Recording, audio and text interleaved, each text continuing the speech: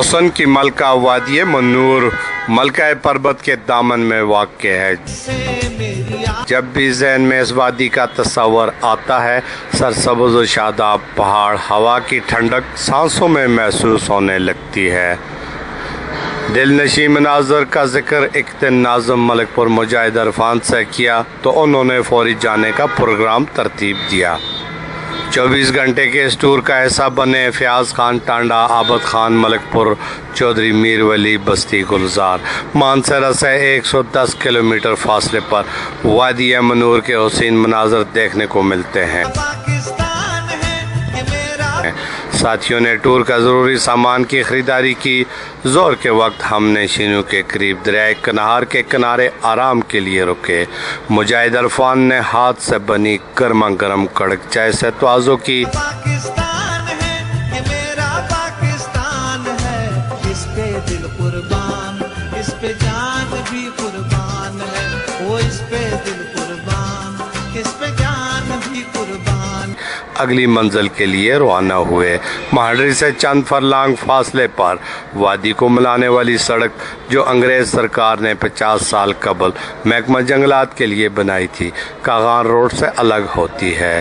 ہماری کار کو چودھری میر ولی ڈرائیو کر رہے تھے۔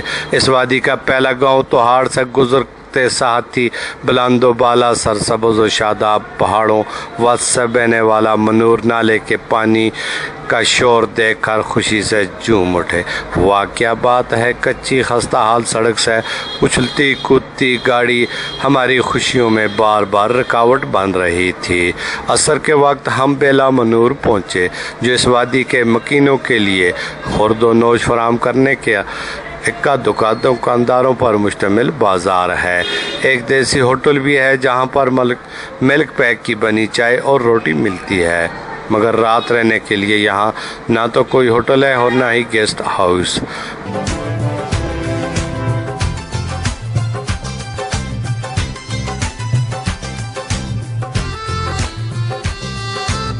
پان چکی بھی ہے جو آٹا پیستی ہے۔ ہماری منزل ریوڑی بیاڑی کا مقام تھا، مگر سورج ڈھل چکا تھا اور آسمان پر گہرے بادل چھائے ہوئے تھے۔ ساتھیوں نے جیپ کا انتظام کیا اور اگلی منزل کے لیے روانہ ہوئے۔ منزل پر پہنچنے سے قبل جیپ فنی خرابی کے باعث بند ہو گئی۔ اب شام ہو چکی تھی اور بارش بھی درجہ حرارت 8 سینٹی کے قریب تھا۔ ساتھیوں نے سامان کو کاندھوں پر اٹھایا، پیدل چلنے کا ارادہ کیا، مگر کوشش کے باوجود ہم منزل پر نہیں پہنچ سکتے تھے، کیونکہ گھنے جنگلات اور خونی درندوں کا خوف، بارش سردی سب کا مقابلہ کرنا شاید کہ ہمارے بس میں نہ ہو۔ میں نے ساتھیوں سے کہا کہ ضد اچھی نہیں، میرے دوست کا گھر یہاں قریب ہے، اس سے مدد لے لیتے ہیں۔ ساتھی اس پر رضامند ہو گئے۔ قریب دوست کے پاس گیا تو انہوں نے خندہ پیشانی کے ساتھ ہمارا استقبال کیا۔ رات گزارنے کے لیے نہ صرف اپنا گھر خالی کر کے دیا بلکہ خدمت میں کوئی کسر نہ چھوڑی۔ ہم نے رات اس گھر میں گزاری۔ ساتھیوں نے اپنی اپنی ڈیوٹی دیتے ہوئے رات کے کھانے کا انتظامات میں مصروف ہو گئے۔ کھانے پینے کا پورا انتظام ساتھی لے کر آئے تھے۔ فیاض خان اور میں گرم کمبل میں ایک دوسرے کو قصے کہانیاں سنانے لگ گئے۔ ایسے میں کھانا تیار ہو گیا۔ ساتھیوں کے ہاتھ کے بنے گرما گرم تکے کڑھائی گوشت خوب مزے لے لے کر کھایا پیا، اللہ کا شکر ادا کیا اور سو گئے۔ صبح سب ساتھیوں نے نماز فجر ادا کی اور ناشتے کے بعد واپسی کا ارادہ، جبکہ ساتھیوں کا پروگرام بیاڑی جانے کا تھا، جو یہاں سے 5 کلومیٹر کے فاصلے پر تھا، مگر پیدل سفر ہمارے بس میں نہ رہا اور نہ ہی اب گاڑی کی سہولت دستیاب تھی۔ ساتھیوں کو افسوس ہونے لگا، کاش اس وادی کو ملانے والی سڑک 71 سالوں میں بنا دی جاتی تو شاید آج یہ دن نہ دیکھنا پڑتے۔ عدم سہولیات سے دل برداشتہ ہو کر ہم واپس لوٹ آئے۔ اس طرح ہمارا یہ سفر تمام ہوا۔ ساتھیوں نے اپنی قیمتی آراء دیتے ہوئے بولے، ماشاءاللہ بڑا ایک خوبصورت علاقہ ہے۔ اگر یہاں پہ ٹورزم ڈپارٹمنٹ روڈ کا اگر کوئی کام کر لے اور اس کے علاوہ جو ٹورزم آتے ہیں ان کے لیے کوئی رہائش کا اگر کوئی بندوبست ہو، میرے خیال میں یہ کاغان اور ناران سے زیادہ خوبصورت وادی ہے۔ موسم یہاں کا بڑا معتدل موسم ہے اور میں سمجھتا ہوں کہ اگر روڈ اور رہائش کا یہاں پہ کوئی نظام ہو تو لوگ وہاں کی بجائے یہاں پہ زیادہ آئیں گے.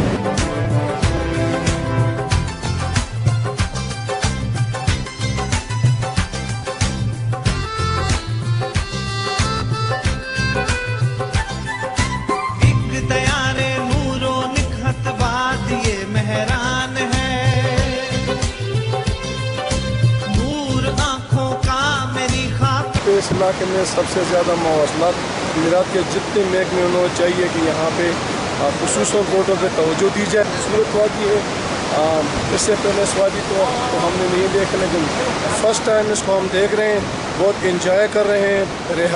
لہٰذا میں حکومت سے یہ ریکویسٹ کرتا ہوں کہ اس وادی کو خصوصی توجہ دی جائے اور یہاں پہ روڈوں کی تعمیر کو کریں.